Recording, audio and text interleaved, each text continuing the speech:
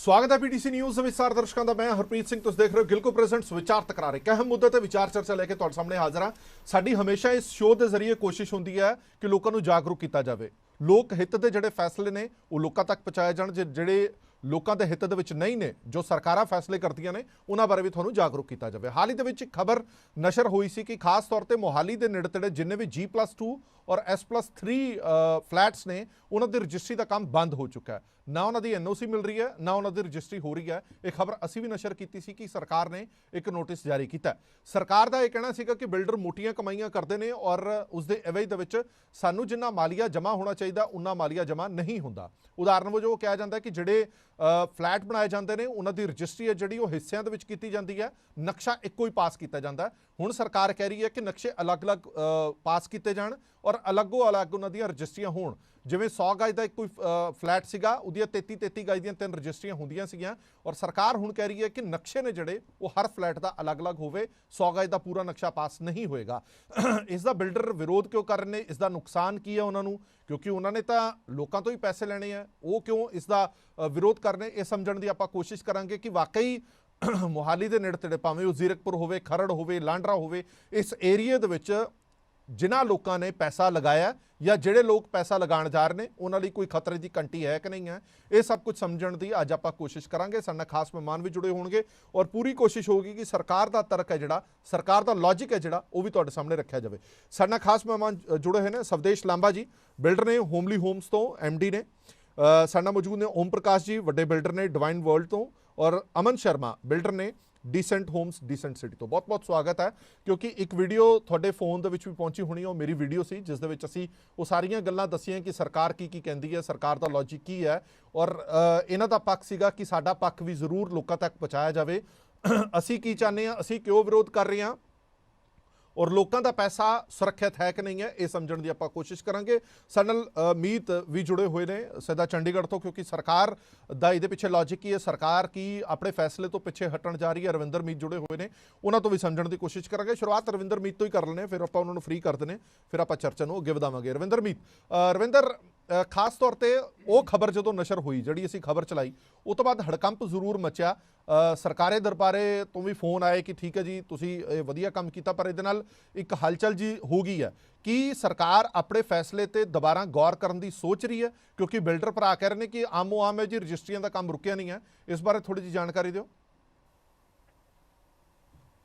बिल्कुल, देखो हरप्रीत, जिस तरीके नाल तुसीं वीडियो का जिक्र किया, बेहद ज़्यादा वायरल होई, लगभग जिहड़े लोग इंटरस्ट रखते हैं प्रॉपर्टी खरीदण दा, फ्लैट खरीदण दा, उन्हां दे लगभग उन्हां दे मोबाइल दे विच हर जगह ते वीडियो जिहड़ी तुसीं गल कर रहे हो वो हैगी आ।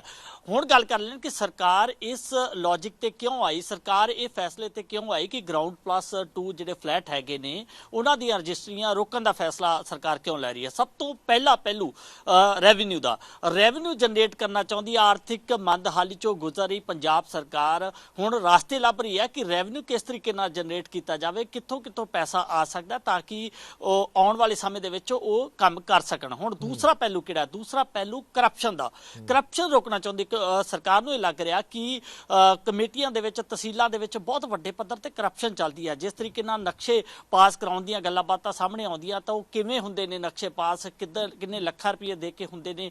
करप्शन की गलबात लगातार सामने आ रही है। सरकार नूं बहुत सारिया शिकायतां गईयां कि किस तरीके नाल कमेटी दे विच या फिर तहसीलां दे विच करप्शन चलदी आ कामकार कराउण वास्ते। तां इन्हां दो पहलुआं ते सरकार काम करना चाहुंदी आ अते रेवन्यू क्रिएट करके करप्शन नूं खत्म करन दे जिहड़े महत्व दे नाल ये पूरा कदम चक्किया गया। हुण इस दा इफैक्ट किस ते पएगा, सिर्फ बिल्डरां ते इसदा इफैक्ट नहीं पएगा, जिन्हां लोकां ने पहलां तो ही फ्लैट खरीदे होए ने ground+2 उन्हां ते भी इफैक्ट पएगा, क्योंकि अगर किसी व्यक्ति ने वो फ्लैट वेचना है तो उस वेचण दे विच भी बहुत सारी वड्डी अड़चन आएगी। ये जिहड़ा खामियाजा जिहड़ा हैगा उन्हां लोकां नूं भी भुगतना पएगा। तां ये पहलू जिहड़े हैगे आ सरकार वल्लों मुख पहलूआं दे उत्ते जिहड़ा ये सोचिया गया ते ये फैसला लिया गया कि रजिस्ट्रियां बंद कर दित्तियां जाण। रविंदर, सरकार वल्लों हाले तक कोई तर्क, कोई दोबारा कोई लॉजिक दिता गया कि इस ਫੈਸਲੇ ਬਾਰੇ ਅਸੀਂ ਸੋਚ ਰਹੇ ਹਾਂ, ਇਸ ਨੋਟਿਸ ਬਾਰੇ ਕੁਝ ਸੋਚ ਰਹੇ ਹਾਂ, ਕਿਉਂਕਿ ਜੋ ਬਿਲਡਰਸ ਨੇ ਉਹ ਇਹ ਦਾਅਵਾ ਕਰਦੇ ਨੇ ਕਿ ਸ਼ਾਇਦ ਸਰਕਾਰ ਦੇ ਧਿਆਨ ਦੇ ਵਿੱਚ ਇਹ ਗੱਲ ਹੋਵੇ ਹੀ ਨਾ।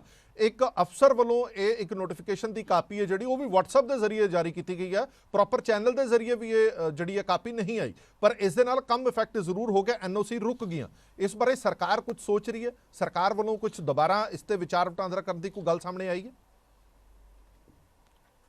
ਦੇਖੋ ਸਾਡੇ ਨਾਲ ਪੈਨਲ ਦੇ ਵਿੱਚ ਬਿਲਡਰ ਵੀ ਜੁੜੇ ਹੋਏ ਨੇ, ਇਹਨਾਂ ਨੂੰ ਸਾਫ਼ ਤੌਰ ਤੇ ਪਤਾ ਹੋਏਗਾ ਕਿ 7 ਦਿਨਾਂ ਦਾ ਵਕਤ ਜਿਹੜਾ ਹੈਗਾ ਉਹ ਦਿੱਤਾ ਗਿਆ ਕਿ ਅਗਰ ਰਜਿਸਟਰੀਆਂ ਕੁਛ ਨਾ ਕੁਛ ਰਹਿੰਦੀਆਂ ਨੇ ਜਾਂ ਕਰਨੀਆਂ ਨੇ ਉਹ ਕਰਵਾ ਲੈਣ, ਲੇਕਿਨ ਉਹ ਵੀ ਰਜਿਸਟਰੀਆਂ ਨਹੀਂ ਹੋ ਪਾ ਰਹੀਆਂ ਕਿਉਂਕਿ NOC ਨਹੀਂ ਮਿਲ ਰਹੀ। NOC ਨਾ ਮਿਲਣ ਕਰਕੇ ਰਜਿਸਟਰੀਆਂ ਵੀ ਨਹੀਂ ਹੋ ਰਹੀਆਂ। ਤਾਂ ਇਹ ਇੱਕ ਵੱਡੀ ਜਿਹੜੀ ਹੈਗੀ ਆ ਜਿਹੜੀ ਮੁਸ਼ਕਲ ਜਿਹੜੀ ਇਸ ਸਮੇਂ ਦੇ ਵਿੱਚ ਦੇਖੀ ਜਾ ਰਹੀ ਹੈ। ਹੁਣ ਸਰਕਾਰ ਕੀ ਕਰ ਰਹੀ ਹੈ, ਸਰਕਾਰ ਕੀ ਸੋਚ ਰਹੀ ਹੈ? ਜਿਸ ਤਰੀਕੇ ਨਾਲ ਤੁਸੀਂ ਵੀ ਜ਼ਿਕਰ ਕੀਤਾ, ਸਰਕਾਰ ਇਸ ਤੇ ਮੰਥਨ ਕਰ ਰਹੀ ਹੈ, ਲੇਕਿਨ ਹਾਲੇ ਤੱਕ ਮੀਡੀਆ ਦੇ ਵਿੱਚ ਆ ਕੇ ਕਿਸੇ ਵੀ ਤਰੀਕੇ ਦੀ ਕੋਈ ਬਿਆਨਬਾਜ਼ੀ ਜਾਂ ਆਪਣਾ ਕੋਈ ਬਿਆਨ ਜਾਰੀ ਉਹਨਾਂ ਵੱਲੋਂ ਨਹੀਂ ਕੀਤਾ ਗਿਆ। ਲੇਕਿਨ ਆਤਮ ਮੰਥਨ ਲਗਾਤਾਰ ਜਾਰੀ ਹੈਗਾ ਕਿਉਂਕਿ ਇੱਕ ਬਹੁਤ ਵੱਡਾ ਖਿੱਤਾ ਹੈਗਾ, ਰੀਅਲ ਅਸਟੇਟ ਇੱਕ ਬਹੁਤ ਵੱਡਾ ਕਾਰੋਬਾਰ ਹੈਗਾ, ਇਸ ਤੋਂ ਬਹੁਤ ਜ਼ਿਆਦਾ ਰੈਵਨਿਊ ਕ੍ਰੀਏਟ ਕੀਤਾ ਜਾ ਸਕਦਾ। ਤਾਂ ਸਰਕਾਰ ਇਸ ਤੇ ਜ਼ਾਹਿਰ ਜੇ ਤੌਰ ਤੇ ਇਥੋਂ ਰੈਵਨਿਊ ਕ੍ਰੀਏਟ ਕਰਨ ਦੇ ਲਈ, ਜਨਰੇਟ ਕਰਨ ਦੇ ਲਈ ਲਗਾਤਾਰ ਸੋਚ ਰਹੀ ਹੈ ਕਿ ਕਿੱਦਾਂ ਇਥੋਂ ਪੈਸਾ ਕੱਢਿਆ ਜਾ ਸਕਦਾ। ਲੇਕਿਨ ਹਾਲ ਫਿਲਹਾਲ ਅਗਰ ਬਿਆਨਾਂ ਦੀ ਗੱਲ ਕਰੇ, ਸਰਕਾਰ ਇਸ ਪੂਰੇ ਮਸਲੇ ਦੇ ਵਿੱਚ ਸਾਇਲੈਂਟਲੀ ਦੇਖ ਜ਼ਰੂਰ ਰਹੀ ਹੈ ਕਿਉਂਕਿ ਪੂਰੇ ਪੰਜਾਬ ਦੇ ਵਿੱਚ ਠੀਕ ਹੈ। ਹੁਣ ਸਵਾਲ ਇਹ ਪੈਦਾ ਹੁੰਦਾ ਕਿ ਜਦੋਂ ਵੀ ਕੋਈ ਇੱਕ ਵਪਾਰ ਜਿਹੜਾ ਇਫੈਕਟ ਹੁੰਦਾ ਉਹ ਕੱਲਾ ਇੱਕ ਵਪਾਰ ਇਫੈਕਟ ਨਹੀਂ ਹੁੰਦਾ। ਜੇ ਗੱਲ ਆਪਾਂ ਰੀਅਲ estate ਦੀ ਕਰੀਏ ਤਾਂ ਉਸ ਧੰਦੇ ਦੇ ਨਾਲ ਕਿੰਨੇ ਹੋਰ ਸਹਿਯੋਗੀ ਧੰਦੇ ਜੁੜੇ ਹੋਏ ਨੇ, ਇਹ ਸਾਨੂੰ ਧਿਆਨ ਦੇ ਵਿੱਚ ਰੱਖਣਾ ਹੋਏਗਾ। ਤੁਹਾਡਾ ਲੱਕੜ ਦਾ ਵਪਾਰ ਉਹਦੇ ਨਾਲ ਜੁੜਿਆ ਹੋਇਆ, ਸੈਨੇਟਰੀ ਦਾ ਵਪਾਰ ਉਹਦੇ ਨਾਲ ਜੁੜਿਆ ਹੋਇਆ, ਇੱਟਾਂ ਰੇਤਾ ਸੀਮੈਂਟ ਵਪਾਰ ਉਹਦੇ ਨਾਲ ਜੁੜਿਆ ਹੋਇਆ, ਦਿਹਾੜੀਦਾਰ ਉਹਦੇ ਨਾਲ ਜੁੜੇ ਹੋਏ ਨੇ, ਮਿਸਤਰੀ ਉਹਦੇ ਨਾਲ ਜੁੜੇ ਹੋਏ ਨੇ। ਜੇ ਇੱਕ ਰੀਅਲ estate ਦਾ ਬਿਜ਼ਨਸ ਠੱਪ ਹੁੰਦਾ ਹੈ ਜਾਂ ਹਿਲਦਾ ਤਾਂ ਕਈਆਂ ਦੀ ਰੋਜ਼ੀ ਰੋਟੀ, ਕਈਆਂ ਦੇ ਚੁੱਲ੍ਹੇ ਨੇ ਜਿਹੜੇ ਉਹ ਠੰਡੇ ਪੈ ਜਾਂਦੇ ਨੇ। ਚਲੋ ਇਸ ਮੁੱਦੇ ਤੇ ਗੱਲਬਾਤ ਕਰਦੇ ਹਾਂ। ਸ਼ੁਰੂਆਤ ਕਰਦੇ ਹਾਂ ਲਾਂਬਾ ਸਾਹਿਬ ਤੋਂ। ਲਾਂਬਾ ਸਾਹਿਬ, ਪਹਿਲਾ ਸਵਾਲ, ਸਭ ਤੋਂ ਪਹਿਲਾ ਸਵਾਲ ਇਹ ਹੈ ਕਿ ਹੁਣ ਇਸ ਪੂਰੇ ਮੁੱਦੇ ਤੇ ਸਰਕਾਰ ਇਹ ਕਹਿਣਾ ਚਾਹੁੰਦੀ ਹੈ ਕਿ ਦੇਖੋ ਜੀ, ਬਿਲਡਰ ਤਾਂ ਕਮਾਉਂਦੇ ਨੇ ਮੋਟਾ ਪੈਸਾ ਤੇ ਉਹ ਸਰਕਾਰ ਨੂੰ ਮੋਟਾ ਪੈਸਾ ਜਾਂਦਾ ਨਹੀਂ, ਇਸ ਕਰਕੇ ਉਹ ਪੈਸਾ ਜਿਹੜਾ ਤੁਹਾਡੀ ਜੇਬ 'ਚ ਜਾਂਦਾ ਉਹਦਾ ਕੁਝ ਹਿੱਸਾ ਰੈਵਨਿਊ ਦੇ ਤੌਰ ਤੇ ਸਰਕਾਰ ਦੇ ਖਾਤੇ ਦੇ ਵਿੱਚ ਵੀ ਜਾਣਾ ਚਾਹੀਦਾ। ਇਹ ਗੱਲ ਠੀਕ ਹੈ, ਲੌਜਿਕ ਠੀਕ ਹੈ ਸਰਕਾਰ? ਦੇਖੋ, ਲੌਜਿਕ ਪਹਿਲਾਂ ਤਾਂ ਮੈਂ ਇਹ ਪੁੱਛਣਾ ਚਾਹੂੰਗਾ ਕਿ ਮਤਲਬ ਅਸੀਂ ਇਹੋ ਜਿਹਾ ਨਵਾਂ ਕੀ ਕਰ ਰਹੇ ਹਾਂ ਜੋ ਅੱਜ ਤੋਂ ਪਹਿਲਾਂ ਨਹੀਂ ਹੋ ਰਿਹਾ ਸੀ? ਠੀਕ ਹੈ, ਜਾਂ ਤਾਂ ਇਸੇ ਗੱਲ ਦਾ ਤਾਂ ਨਾਰਾ ਲੈ ਕੇ ਉਹ ਆਏ ਆ ਕਿ ਬਦਲਾਅ ਆਏਗਾ, ਬਦਲਾ ਆਏਗਾ, ਬਟ ਬਦਲਾਅ ਥੋੜੀ ਹੈ ਕਿ ਜੋ ਪਿੱਛੇ ਹੁੰਦਾ ਰਿਹਾ। ਉਹ ਕਹਿੰਦੇ ਕਿ ਜੇ ਪਿੱਛੇ ਕਰਪਸ਼ਨ ਹੁੰਦੀ ਰਹੀ ਤਾਂ ਹੁਣ ਅੱਗੇ ਤੋਂ ਵੀ ਇਦਾਂ ਹੀ ਚੱਲਦੀ ਰਹੇ। ਕਰਪਸ਼ਨ ਇਹਦੇ ਵਿੱਚ ਉਹ ਇਹ ਦੱਸਣ ਨਾ ਕਿ ਬਿਲਡਰ ਨੇ ਕਰਪਸ਼ਨ ਕਿੱਥੇ ਕੀਤੀ ਹੈ। ਅਸੀਂ ਤਾਂ ਲੌਜੀਕਲੀ ਇੱਕ ਸਭ ਤੋਂ ਪਹਿਲਾਂ ਆਪਣਾ ਪਲਾਟ ਖਰੀਦਿਆ, ਪਲਾਟ ਖਰੀਦਣ ਤੋਂ ਬਾਅਦ ਅਸੀਂ ਮਿਊਨਿਸਪਲ ਕੌਂਸਲ ਦੇ ਆਫਿਸ ਗਏ, ਉੱਥੇ ਆਰਕੀਟੈਕਟ ਦੇ ਥਰੂ ਅਸੀਂ ਆਪਣਾ ਮੈਪ ਪਾਸ ਕਰਾਇਆ। ਅਸੀਂ ਅਗਰ 3 ਮੰਜ਼ਿਲਾਂ ਬਣਾਉਣੀਆਂ ਸੀ, ਅਸੀਂ 3 ਮੰਜ਼ਿਲਾਂ ਦਾ ਨਕਸ਼ਾ ਪਾਸ ਕਰਵਾਇਆ। ਅਸੀਂ ਉਹਦੇ ਵਿੱਚ ਇਹ ਤਾਂ ਨਹੀਂ ਕੀਤਾ ਨਾ ਕਿ 3 ਮੰਜ਼ਿਲਾਂ ਦਾ ਨਕਸ਼ਾ ਪਾਸ ਕਰਾ ਕੇ 4 ਬਣਾ ਲੀਆਂ। ਅਗਰ ਐਦਾਂ ਦੀ ਕੋਈ ਇਨਕਰੋਚਮੈਂਟ ਕਿਤੇ ਆਂਦੀ ਹੈ, ਅਸੀਂ ਤਾਂ ਕਹਿੰਦੇ ਹਾਂ ਸਰਕਾਰ ਨੂੰ ਕਿ ਤੁਸੀਂ ਜਿਹੜਾ ਹੈ ਕਿ ਉਹਨੂੰ ਡਿਮੋਲਿਸ਼ ਕਰੋ, ਉਹਦੇ ਅਗੇਂਸਟ ਜੋ ਤੁਹਾਡੀ ਕਾਰਵਾਈ ਬਣਦੀ ਹੈ ਤੁਸੀਂ ਕਰੋ। ਅਸੀਂ ਇਹਦੇ ਵਿੱਚ ਕਿਸੇ ਵੀ ਤਰੀਕੇ ਨਾਲ, ਸਾਡੀ ਐਸੋਸੀਏਸ਼ਨ ਜਿਹੜੀ ਹੈ ਕਿਸੇ ਵੀ ਤਰੀਕੇ ਨਾਲ ਐਸੇ ਕਿਸੇ ਕਰਪਟ ਬੰਦੇ ਦੇ ਨਾਲ ਸਹਿਯੋਗ ਨਹੀਂ ਕਰੇਗੀ। ਤੁਹਾਨੂੰ 3 ਨਕਸ਼ੇ ਪਾਸ ਕਰਾਉਣ ਦੇ ਵਿੱਚ ਦਿੱਕਤ ਕੀ ਹੈ? 3 ਨਕਸ਼ੇ ਪਾਸ ਕਰਵਾਉਣ ਦੇ ਦਿੱਕਤ ਇਹ ਹੈ ਜੀ, ਜਿਹੜਾ ਇੱਕੋ ਵਾਰੀ ਨਕਸ਼ਾ ਪਾਸ ਕਰਾਉਣ ਦੇ ਵਿੱਚ ਹੀ ਜਿਹੜੀ ਆਪਣੀ ਅਥਾਰਟੀਜ਼ ਹੈਗੀਆਂ, ਐਡਮਿਨਿਸਟ੍ਰੇਸ਼ਨ ਹੈਗੀਆਂ, ਉਹ ਨੱਕ 'ਚੋਂ ਧੂਆਂ ਕੱਢ ਦਿੰਦੀਆਂ। ਇੱਕ ਨਕਸ਼ਾ ਪਹਿਲਾਂ ਪਾਸ ਕਰਵਾਵਾਂਗੇ ਅਸੀਂ, ਆਰਕੀਟੈਕਟ ਫੇਰ ਜਾਊਗਾ, ਉਹਦੀ ਫੀਸ ਬਣਾਏਗਾ, ਫਿਰ ਦੂਜੇ ਦੀ ਬਣਾਏਗਾ, ਤੀਜੇ ਦੀ ਬਣਾਏਗਾ। ਪਹਿਲੇ ਦਾ ਟਾਈਮ ਅਗਰ 21 ਦਿਨ ਦਾ, 42 ਦਿਨ ਦਾ, ਤਾਂ ਉਹ ਤਾਂ ਨਕਸ਼ਾ ਪਾਸ ਕਰਾਉਂਦੇ ਸਾਨੂੰ 3 ਮਹੀਨੇ ਲੱਗ ਜਾਣਗੇ। ਜਿਹੜੀ ਸਾਡੀ ਇਨਵੈਸਟਮੈਂਟ ਤਾਂ ਪਲਾਟ ਦੀ ਬਾਇੰਗ ਤੋਂ ਹੀ ਸਟਾਰਟ ਹੋ ਗਈ। ਠੀਕ ਹੈ, ਸਾਨੂੰ ਰਿਟਰਨ ਕਦੋਂ ਆਏਗੀ? ਜਦੋਂ ਅਸੀਂ ਉਹਨੂੰ ਕੰਮ ਨੂੰ ਸਪੀਡ 'ਚ ਲੈ ਕੇ ਆਵਾਂਗੇ, ਉਹਦਾ ਸਪੀਡ ਅਪ ਕਰਾਂਗੇ ਤਾਂ ਉਹ ਜਿੰਨੀ ਛੇਤੀ ਬਣੇਗਾ ਉਨੀ ਛੇਤੀ ਵਿਕੇਗਾ, ਉਨੀ ਛੇਤੀ ਸਾਨੂੰ ਪੈਸਾ ਮਿਲੇਗਾ ਤੇ ਸਾਡੇ ਨਾਲ ਸਬਆਰਡੀਨੇਟਸ ਜਿਹੜੇ ਤੁਸੀਂ ਜਿਵੇਂ ਹੁਣੇ ਦੱਸਿਆ, ਮਜ਼ਦੂਰ, ਲੱਕੜ ਵਾਲੇ, ਸਭ ਜੋ ਵੀ ਜੁੜੇ ਹੋਏ ਆ, ਉਹਨਾਂ ਕੋਲ ਪੈਸਾ ਜਾਏਗਾ। ਚਲੋ ਓਮ ਪ੍ਰਕਾਸ਼ ਜੀ ਤੋਂ ਇੱਕ ਸਵਾਲ ਲੈ ਲੈਂਦੇ ਹਾਂ। ਓਮ ਪ੍ਰਕਾਸ਼ ਜੀ, ਸਰਕਾਰ ਦਾ ਲੌਜਿਕ ਬੜਾ ਸਾਫ਼ ਹੈ, ਜਿਵੇਂ ਸਾਡੇ ਰਿਪੋਰਟਰ ਬਿਊਰੋ ਚੀਫ ਨੇ ਵੀ ਦੱਸਿਆ, ਰਵਿੰਦਰ ਮੀਤ ਨੇ, ਕਿ ਸਰਕਾਰ ਮਾਲੀਆ ਇਕੱਠਾ ਕਰਨਾ ਚਾਹੁੰਦੀ ਹੈ। ਸਰਕਾਰ ਲੂਪਹੋਲਸ ਲੱਭ ਰਹੀ ਹੈ ਕਿ ਜਿੱਥੋਂ ਅਸੀਂ ਲੀਕੇਜ ਖਤਮ ਕਰੀਏ ਤੇ ਉਹ ਮਾਲੀਆ ਵਧਾਈਏ। ਹੁਣ ਸਵਾਲ ਇਹ ਖੜਾ ਹੁੰਦਾ ਕਿ ਇਹਦੇ 'ਚ ਤੁਹਾਨੂੰ ਨੁਕਸਾਨ ਕਿੱਥੇ ਹੈ? ਤੁਸੀਂ ਜਿਹੜਾ ਪੈਸਾ ਸਰਕਾਰ ਤੁਹਾਡੇ ਤੋਂ ਕੋਈ ਫੀਸ ਵਧਾਉਂਦੀ ਹੈ, ਕਿਸੇ ਵੀ ਤਰ੍ਹਾਂ ਦਾ ਟੈਕਸ ਵਧਾਉਂਦੀ ਹੈ, ਉਹ ਪੈਸਾ ਤੁਸੀਂ ਲੋਕਾਂ ਤੋਂ ਲੈਣਾ। ਹੁਣ ਤੁਸੀਂ ਇੱਥੇ ਕਿੱਥੇ ਸਟੈਂਡ ਕਰਦੇ ਹੋ? ਤੁਹਾਨੂੰ ਦਿੱਕਤ ਕੀ ਹੈ? ਜੇ ਸਰਕਾਰ ਟੈਕਸ ਵਧਾਉਂਦੀ ਹੈ, ਜੇ ਸਰਕਾਰ ਕਹਿੰਦੀ ਹੈ ਅਲੱਗ-ਅਲੱਗ ਨਕਸ਼ੇ ਪਾਸ ਕਰਾਓ, ਉਹਦਾ ਪੈਸਾ ਤਾਂ ਤੁਸੀਂ ਗਾਹਕ ਤੋਂ ਹੀ ਲੈਣਾ।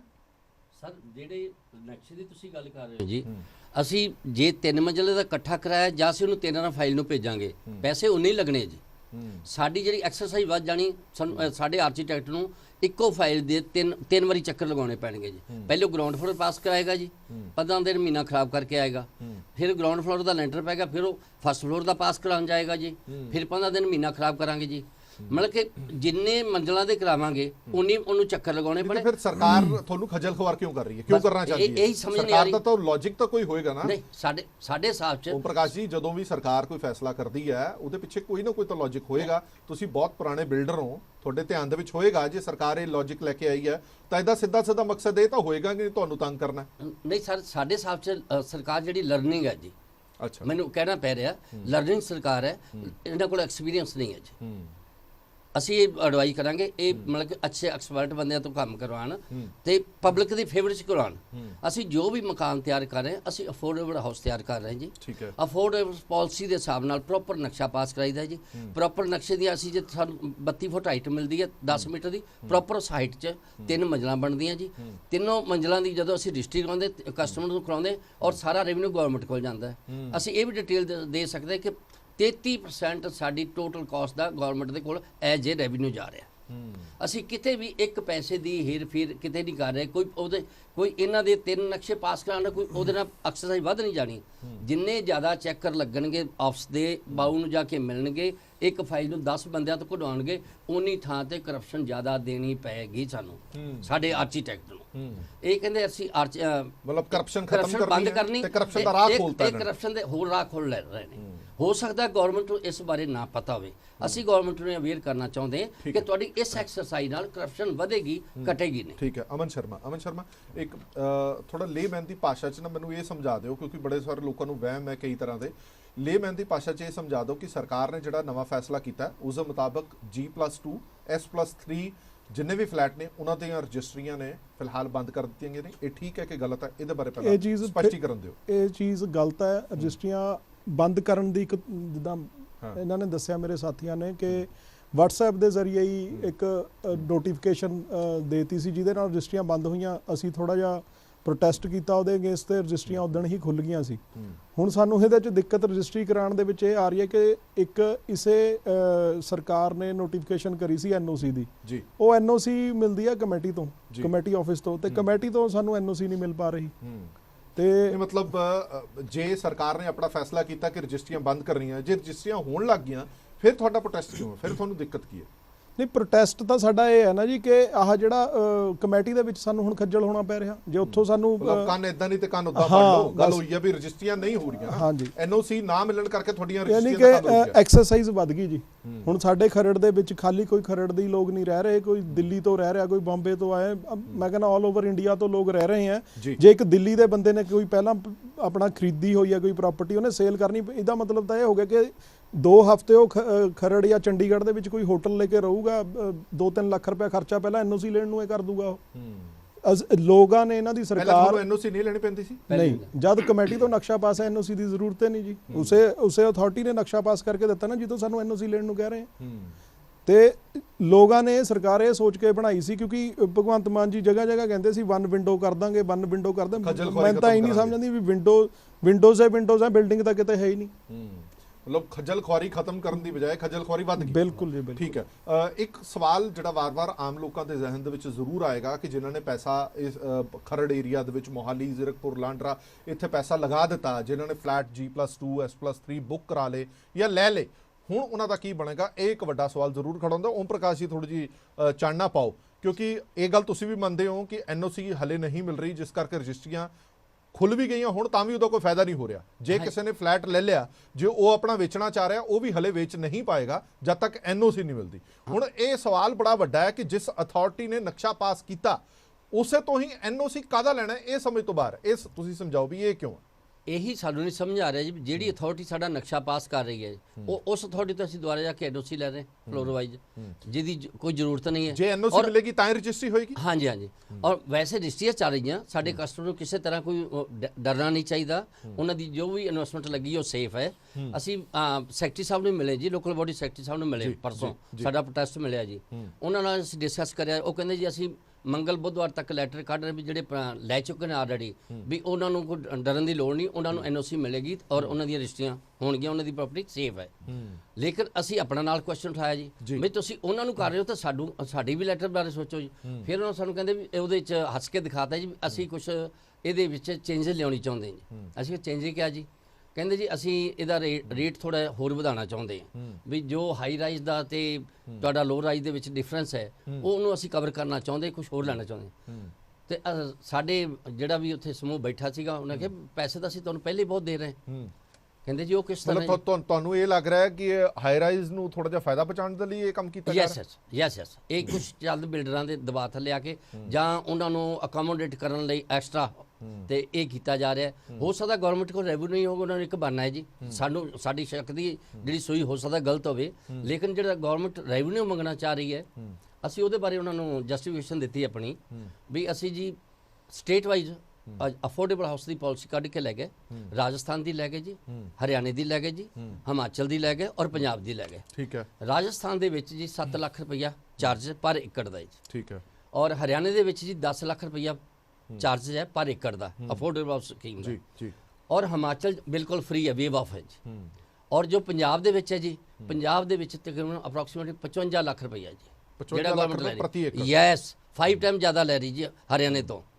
ਜੇ ਤੁਸੀਂ 5 ਟਾਈਮ ਜ਼ਿਆਦਾ ਲੈ ਕੇ ਨਹੀਂ ਤੁਹਾਡੇ ਖਜ਼ਾਨਾ ਭਰਿਆ ਜਾ ਰਿਹਾ, ਚਾਹੇ ਪੁਰਾਣੀਆਂ ਸਰਕਾਰਾਂ ਸੀ ਚਾਹੇ ਨਵੀਂ ਸਰਕਾਰ ਹੈ, ਠੀਕ ਹੈ, ਤੁਹਾਡਾ ਤਾਂ ਆਮ ਆਦਮੀ ਤੇ ਚੱਲਦਾ ਜੀ। ਜੀ, ਜੇ ਅਸੀਂ ਅਫੋਰਡੇਬਲ ਹਾਊਸ ਤਿਆਰ ਕਰ ਰਹੇ ਹਾਂ, ਜੇ ਸਾਡੇ ਤੇ ਚਾਰਜ ਜ਼ਿਆਦਾ ਵਧੀ ਜਾਣਗੇ, ਨੈਚੁਰਲੀ ਅਸੀਂ ਕਸਟਮਰ ਤੋਂ ਮੰਗਾਂਗੇ, ਜੇ ਕਸਟਮਰ ਤੋਂ ਮੰਗਾਂਗੇ ਕਸਟਮਰ ਦੀ ਰੇਂਜ ਤੋਂ ਬਾਹਰ ਹੋ ਜਾਏਗਾ।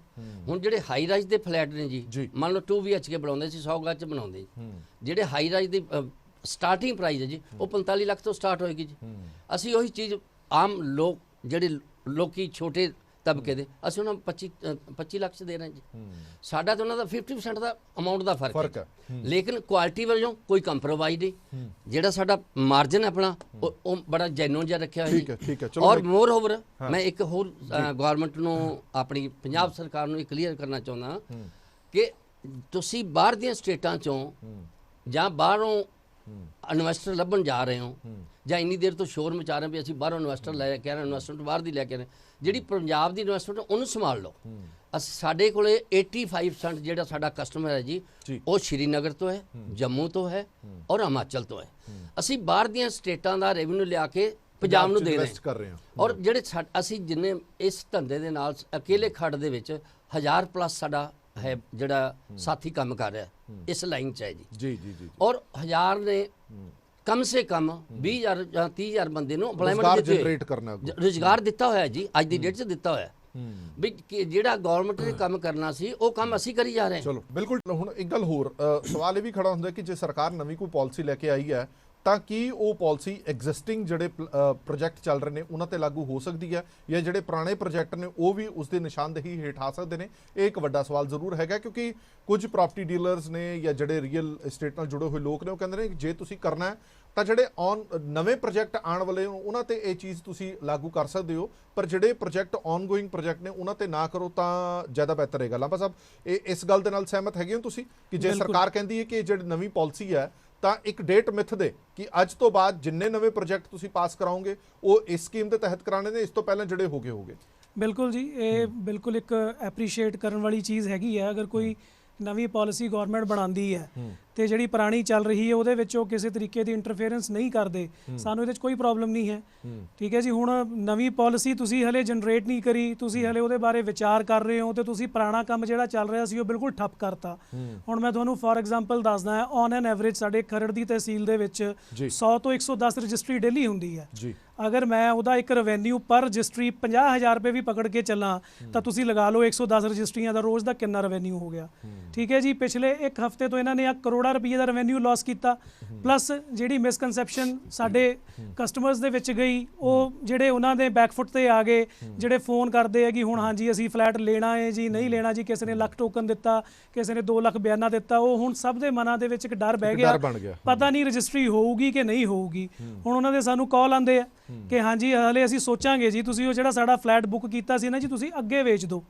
ਇੱਕ ਜਿਹੜਾ ਹਊਆ ਜਿਹਾ ਕ੍ਰੀਏਟ ਕਰਤਾ ਪੰਜਾਬ ਦੇ ਵਿੱਚ, ਇੱਕ ਜਿਹੜਾ ਇਨਵੈਸਟਰ ਸੀਗਾ ਤੇ ਐਂਡ ਯੂਜ਼ਰ ਸੀਗਾ ਉਹ ਦੋਨੋਂ ਡਰਾਤੇ ਇਹਨਾਂ ਨੇ, ਜਿਹਦੀ ਕਿ ਇੱਕ ਬੜੀ ਸਾਨੂੰ ਹਲੇ ਆਉਣ ਵਾਲੇ ਟਾਈਮ ਦੇ ਵਿੱਚ ਇਹ ਸਾਰਾ ਕੁਝ ਠੀਕ ਵੀ ਹੋ ਜੇ ਤਾਂ ਵੀ ਸਾਨੂੰ 6 ਮਹੀਨਾ ਸਾਲ ਇਹਦੇ ਵਿੱਚ ਉਭਰਨ 'ਚ ਲੱਗ ਜਾਣਾ, ਕਿਉਂਕਿ ਕਿਸੇ ਨੂੰ ਮਨਾਉਣਾ ਬੜਾ ਔਖਾ ਹੈ, ਉਹ ਵੀ ਖਾਸ ਕਰ ਪੈਸਿਆਂ ਦੇ ਮਾਮਲੇ ਦੇ ਵਿੱਚ। ਕਿਉਂਕਿ ਹਲੇ ਤੱਕ ਵੀ ਭਾਵੇਂ ਤੁਸੀਂ ਜਿੰਨਾ ਮਰਜ਼ੀ ਕਹੀ ਜਾਓ, ਹਲੇ ਤੱਕ ਵੀ ਜੇਕਰ ਤੁਹਾਡੇ ਹੱਥ ਦੇ ਵਿੱਚ NOC ਨਹੀਂ ਹੈ ਤਾਂ ਤੁਸੀਂ ਰਜਿਸਟਰੀ ਨਹੀਂ ਕਰਾ ਸਕਦੇ। ਔਰ ਇਹੀ ਰੌਲਾ ਇਹਨਾਂ ਦਾ ਪੈ ਰਿਹਾ ਕਿ ਜਿਹੜੇ ਡਿਪਾਰਟਮੈਂਟ ਨੇ ਸਾਡਾ ਨਕਸ਼ਾ ਪਾਸ ਕੀਤਾ ਉਹਦੇ ਕੋਲੋਂ ਜਾ ਕੇ ਤੁਸੀਂ ਐਨਓਸੀ ਕਹਿ ਰਹੇ ਹੋ ਕਿ ਲੈ ਕੇ ਆਓ, ਇਹ ਕਿਸੇ ਵੀ ਪਾਸੇ ਲੌਜੀਕ ਨਜ਼ਰ ਇਹਨਾਂ ਨੂੰ ਆਂਦਾ ਨਹੀਂ। ਉਹ ਐਨਓਸੀ ਇਸ ਕਰਕੇ ਮੰਗਵਾਈ ਜਾ ਰਹੀ ਹੈ ਤਾਂ ਜੋ ਥੋੜਾ ਜਿਹਾ ਟਾਈਮ ਮਿਲ ਜੇ ਇਸ ਪੂਰੇ ਮੁੱਦੇ ਦੇ ਬਾਰੇ ਸੋਚਣ ਲਈ ਕਿ ਇਸ ਨੂੰ ਕਿੱਦਾਂ ਹੋਰ ਅੱਗੇ ਲੈ ਕੇ ਜਾਣਾ। ਹੁਣ ਸਵਾਲ ਅਮਨ ਇਹ ਵੀ ਖੜਾ ਹੁੰਦਾ ਕਿ ਤੁਸੀਂ ਆਮ ਲੋਕਾਂ ਦੀ ਦੇਖੋ, ਹੱਕ ਹਲਾਲ ਦੀ ਕਮਾਈ ਹੈ ਸਾਰਿਆਂ ਦੀ, 1 ਰੁਪਈਆ ਵੀ ਜਿਸ ਨੇ ਲਾਣਾ ਉਹ 100 ਵਾਰ ਸੋਚੇਗਾ ਜ਼ਰੂਰ।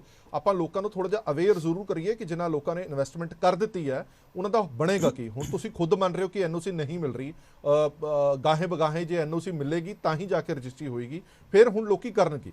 ਵੇਟ ਹੀ ਕਰ ਸਕਦੇ, ਹੋਰ ਤਾਂ ਕੁਝ ਨਹੀਂ ਕਰ ਸਕਦੇ। ਮੈਂ ਤੁਹਾਨੂੰ ਇਹ ਗੱਲ ਕਹਿ ਦਵਾਂ ਜੀ, ਮੈਂ ਇਹ ਜ਼ਰੂਰ ਕਿਹਾ ਐਨਓਸੀ ਨਹੀਂ ਮਿਲ ਰਹੀ, ਮੈਂ ਤੁਹਾਨੂੰ ਇਹ ਵੀ ਕਿਹਾ ਕਿ ਐਨਓਸੀ ਦੇਣ ਲਈ ਟਾਈਮ ਲਾ ਰਹੇ ਹਾਂ ਕਿ ਜੇ ਇੱਕ ਕੋਈ ਬਾਹਰਲਾ ਕਸਟਮਰ ਆਇਆ ਉਹਨੇ ਆਣਾ ਕਿ ਉਹਨੂੰ ਇੱਥੇ ਰਹਿਣਾ ਪਊਗਾ ਐਨਓਸੀ ਲੈਣ ਵਾਸਤੇ। ਮੈਂ ਇਹ ਗੱਲ ਕਹੀ ਹੈ, ਇਹ ਨਹੀਂ ਕਿਹਾ ਕਿ ਮਿਲ ਨਹੀਂ ਰਹੀ। ਠੀਕ ਹੈ, ਮੈਂ ਇਹ ਕਹਿਣਾ ਚਾਹੁੰਦਾ ਕਿ ਐਨਓਸੀ ਦੇ ਜ਼ਰੀਏ ਇਹਨਾਂ ਨੇ ਕਰਪਸ਼ਨ ਦੇ ਕਈ ਰਾਹ ਖੋਲਤੇ, ਜਿਹਦੇ ਵਿੱਚ ਬਾਹਰ ਜਿਹੜੇ ਏਜੰਟ ਬੈਠੇ ਆ ਉਹ ਐਨਓਸੀਆਂ ਦਿਵਾਉਣ ਦੀ ਗੱਲ ਕਰਦੇ। ਜਿਹੜੇ ਸਾਡੇ ਵਰਗੇ ਜਿਹਨੇ ਡੇਲੀ 5-5 ਐਨਓਸੀਆਂ ਲੈਣੀਆਂ ਦਾ ਅਸੀਂ ਨਹੀਂ ਨਾ ਉਹਨਾਂ ਨੂੰ ਉਸ ਹਿਸਾਬ ਨਾਲ ਪੇ ਕਰ ਸਕਦੇ ਕਿ ਅਸੀਂ ਇੱਕ ਐਨਓਸੀ ਦਾ 5-5 ਹਜ਼ਾਰ ਰੁਪਇਆ ਦਈਏ ਕਿਸੇ ਨੂੰ। ਤੇ ਕਹਿਣ ਦਾ ਮਤਲਬ ਇਹ ਹੈ ਕਿ ਕੰਮ ਨੂੰ ਟਫ ਕਰਤਿਆ ਤੇ ਹੋਇਆ ਕੁਛ ਨਹੀਂ। ਜਿੱਦਾਂ ਓਮ ਪ੍ਰਕਾਸ਼ ਜੀ ਨੇ ਦੱਸਿਆ ਕਿ ਨਵੀਂ ਸਰਕਾਰ ਹੈ, ਇਹਨਾਂ ਦੇ ਕੋਲ ਜਿਹੜੇ ਇਹਨਾਂ ਦੇ ਸਲਾਹਕਾਰ ਹੈ, ਸਾਨੂੰ ਨਹੀਂ ਸਮਝ ਆਉਂਦੀ ਵੀ ਕਿਸ ਟਾਈਪ ਦੇ ਸਲਾਹਕਾਰ ਹੈ ਕਿ ਇਹਨਾਂ ਕੋਲ ਸਲਾਹਕਾਰ ਇਹਨਾਂ ਨੂੰ ਸਲਾਹ ਹੀ ਨਹੀਂ ਦੇ ਪਾ ਰਹੇ ਕਿ ਗਰਾਊਂਡ ਲੈਵਲ ਤੇ ਕੀ ਚੀਜ਼ ਹੈ। ਇਹ ਸਰਕਾਰ ਨੇ ਇਸ ਗੱਲ ਤੇ ਵੀ ਰੋਕ ਲਗਾਈ ਹੈ ਕਿ ਇੱਕੋ ਪ੍ਰੋਜੈਕਟ ਦੇ ਵੱਖ-ਵੱਖ ਫਲੈਟਾਂ ਦੀਆਂ ਰਜਿਸਟਰੀਆਂ ਵੱਖ-ਵੱਖ ਨਹੀਂ ਹੋ ਸਕਦੀਆਂ। ਸਰਕਾਰ ਇਸੇ ਗੱਲ ਦੀ ਤਾਂ ਕਨਫਿਊਜ਼ਨ ਹੈ ਜੀ, ਉਸ ਗੱਲ ਕਰਕੇ ਅਸੀਂ ਅੱਜ ਇੱਥੇ ਬੈਠੇ ਕਿ ਰਜਿਸਟਰੀਆਂ ਵੀ ਹੋ ਰਹੀਆਂ ਤੇ ਐਨਓਸੀ ਨਾਲ ਜਾ ਕੇ ਕਸਟਮਰ ਨੂੰ ਇਹ ਚੀਜ਼ ਜਿਹੜੀ ਹੈਗੀ ਰੂਮਰ ਬਣ ਗਿਆ ਕਿ ਪਤਾ ਨਹੀਂ ਇਹ ਰੁਕ ਗਈਆਂ, ਅਸੀਂ ਲੈਣੀ ਹੈ ਇਹ ਚੀਜ਼ ਜਾਂ ਨਹੀਂ ਲੈਣੀ। ਤੇ ਪਰ ਸ਼ਰਮਾ ਸਾਹਿਬ ਤੁਸੀਂ ਸਾਰੀਆਂ ਗੱਲਾਂ ਸਹੀ ਕਹੀ ਜਾਂਦੇ ਹੋ ਕਿ ਸਭ ਕੁਝ ਸਹੀ ਹੋ ਰਿਹਾ, ਫਿਰ ਤੁਹਾਡਾ ਸਰਕਾਰ ਨਾਲ ਰੌਲਾ ਕੀ ਹੈ? ਮੇਰੀ ਹਜੇ ਤੱਕ ਸਮਝ ਨਹੀਂ ਆਇਆ। ਤੁਸੀਂ ਕਹਿ ਰਹੇ ਹੋ ਕਿ ਐਨਓਸੀ ਵੀ ਮਿਲ ਰਹੀ ਹੈ ਸਾਨੂੰ, ਤੁਸੀਂ ਕਹਿ ਰਹੇ ਹੋ ਰਜਿਸਟਰੀਆਂ ਵੀ ਹੋ ਰਹੀਆਂ, ਫਿਰ ਤਾਂ ਤੁਹਾਡਾ ਝਗੜਾ ਹੀ ਨਹੀਂ ਹੈ ਸਰਕਾਰ ਨਾਲ। ਮੈਂ ਇਹ ਕਹਿ ਰਿਹਾ ਸਰ ਕਿ ਐਨਓਸੀ ਹੈ ਜਿਹੜੀ ਉਹ ਤੋਂ ਬਿਨਾਂ ਰਜਿਸਟਰੀ ਨਹੀਂ ਹੁੰਦੀ। ਠੀਕ ਹੈ, ਸਰਕਾਰ ਪਹਿਲਾਂ ਐਨਓਸੀ ਤੋਂ ਬਿਨਾਂ ਰਜਿਸਟਰੀ ਹੋ ਰਹੀ ਸੀ? ਬਿਲਕੁਲ ਹੁੰਦੀ ਸੀ ਜੀ, ਕਿਉਂਕਿ ਕਮੇਟੀ ਨੇ ਨਕਸ਼ੇ ਪਾਸ ਕਰੇ ਹੋਏ ਆ, ਕਮੇਟੀ ਦਾ ਨਕਸ਼ਾ ਨਾਲ ਲੱਗਦਾ ਸੀ, ਐਨਓਸੀ ਦੀ ਜ਼ਰੂਰਤ ਹੀ ਨਹੀਂ ਪੈਂਦੀ। ਹੁਣ ਉਹਨਾਂ ਨੇ ਇੱਕ ਐਨਓਸੀ ਵਾਲਾ ਵਿੱਚ ਫੰਡਾ ਪਾਤਾ, ਉਹ ਐਨਓਸੀ ਦੇ ਵਿੱਚ ਟਾਈਮ ਲੱਗਦਾ ਤੇ ਅੱਜ ਬਿਲਡਰਾਂ ਨੂੰ ਹੈਰਾਨ ਪਰੇਸ਼ਾਨ ਕਰਿਆ ਜਾ ਰਿਹਾ ਬਿਨਾਂ ਮਤਲਬ ਤੋਂ। ਇਹ ਜਿੱਦਾਂ ਇਹਨਾਂ ਨੇ ਦੱਸਿਆ ਕਿ ਰੈਵਨਿਊ ਵਧਾਉਣਾ ਚਾਹੁੰਦੇ ਆ ਤੇ ਜਿਹੜਾ ਆਲਰੇਡੀ ਆ ਰਿਹਾ ਉਹਨੂੰ ਤਾਂ ਚਲਾਈ ਜਾਓ, ਤੁਸੀਂ ਉਹਨੂੰ ਵੀ ਰੋਕ ਰਹੇ ਹੋ। ਤੁਸੀਂ ਵੱਡੇ ਵੱਡੇ ਇਨਵੈਸਟਰ ਕਹਿੰਦੇ ਹੋ ਕਿ ਪੰਜਾਬ ਦੇ ਵਿੱਚ ਆਣ ਔਰ ਸਭ ਤੋਂ ਵੱਡਾ ਰੈਵਨਿਊ ਜਨਰੇਟ ਕਰਨ ਵਾਲੇ ਜਿਹੜੇ ਲੋਕ ਕਹਿੰਦੇ ਨੇ ਕਿ ਅਸੀਂ ਇੱਥੇ ਬੈਠੇ ਹਾਂ ਤੁਹਾਨੂੰ ਰੈਵਨਿਊ ਲਿਆ ਕੇ ਦੇ ਰਹੇ ਹਾਂ, ਤੁਸੀਂ ਸਾਡਾ ਹੀ ਲੱਕ ਤੋੜਨ ਤੇ ਲੱਗੇ ਹੋਏ ਹੋ। ਸਰਕਾਰ ਨੂੰ ਇਹ ਕਹਿ ਰਹੇ ਨੇ। ਇੱਕ ਗੱਲ ਮੈਂ ਓਮ ਪ੍ਰਕਾਸ਼ ਜੀ ਤੁਹਾਡੇ ਤੋਂ ਸਮਝਣਾ ਜ਼ਰੂਰ ਚਾਹਨਾ ਕਿ ਹੁਣ ਤੁਹਾਡਾ ਅਗਲਾ ਕਦਮ ਕੀ ਹੈ? ਹੁਣ ਤੁਸੀਂ ਸਰਕਾਰ ਤੱਕ ਗੱਲ ਵੀ ਪਹੁੰਚਾਤੀ, ਸਭ ਕੁਝ ਕਰਤਾ, ਹਾਲੇ ਤੱਕ ਸਰਕਾਰ ਨੇ ਇਸ ਤੇ ਕੋਈ ਨੋਟੀਫਿਕੇਸ਼ਨ ਨਹੀਂ ਕੱਢਿਆ। ਮੈਂ ਫਿਰ ਬਿਲਕੁਲ ਕਲੀਅਰ ਕਹਿ ਰਿਹਾ, ਹਾਲੇ ਵੀ ਉਹੀ ਨੋਟੀਫਿਕੇਸ਼ਨ ਸਟੈਂਡ ਕਰ ਰਿਹਾ ਜਿਹੜਾ ਪਹਿਲਾਂ ਸੀਗਾ, ਉਹਦੀ ਐਵੇਜ ਤੋਂ ਬਾਅਦ ਕੋਈ ਨੋਟੀਫਿਕੇਸ਼ਨ ਜਾਰੀ ਨਹੀਂ ਹੋਇਆ। ਹੁਣ ਓਮ ਪ੍ਰਕਾਸ਼ ਜੀ ਅੱਗੇ ਦੱਸੋ ਤੁਹਾਡੀ ਅੱਗੇ ਦੀ ਰਣਨੀਤੀ ਕੀ? ਸਰ ਜੋ ਪਹਿਲੇ ਵੀ ਆਇਆ ਉਹ ਇੱਕ ਸਿੰਪਲ ਲੈਟਰ ਹੈ, ਨੋਟੀਫਿਕੇਸ਼ਨ ਨਹੀਂ ਆਈ। ਨੋਟੀਫਿਕੇਸ਼ਨ ਕੱਢਣ ਮਹੀਨੇ ਲੱਗ ਜਾਂਦੇ। ਉਹ ਲੈਟਰ ਕੰਮ ਤਾਂ ਕਰ ਰਹੀ ਹੈ ਨਾ, ਤੁਹਾਨੂੰ ਐਨਓਸੀ ਲੈਣੀ ਪੈ ਰਹੀ ਹੈ ਹੁਣ। ਉਹ ਪਹਿਲੇ ਵੀ ਹਾਂਜੀ ਲੈਣੀ ਪੈ ਰਹੀ ਹੈ। ਜੇ ਉਸ ਲੈਟਰ ਦੀ ਕੋਈ ਅਥੈਂਟਿਸਿਟੀ ਹੈ, ਕੋਈ ਵੈਲਿਊ ਹੈ, ਤਾਂ ਹੀ ਤੁਹਾਨੂੰ ਐਨਓਸੀ ਲੈਣੀ ਪੈ ਰਹੀ ਹੈ। ਤੁਸੀਂ ਇਹ ਨਹੀਂ ਨਾ ਕਹਿ ਸਕਦੇ ਕਿ ਉਹ WhatsApp ਦੇ ਵਿੱਚ ਆਈ ਹੈ। ਜੇ ਉਹ WhatsApp ਦੇ ਵਿੱਚ ਆਈ ਹੈ, ਜੇ ਉਹਦੀ ਕੋਈ ਵੈਲਿਊ ਨਹੀਂ, ਫਿਰ ਤੁਹਾਨੂੰ ਐਨਓਸੀ ਕਿਉਂ ਲੈਣੀ ਪੈ ਰਹੀ ਹੈ?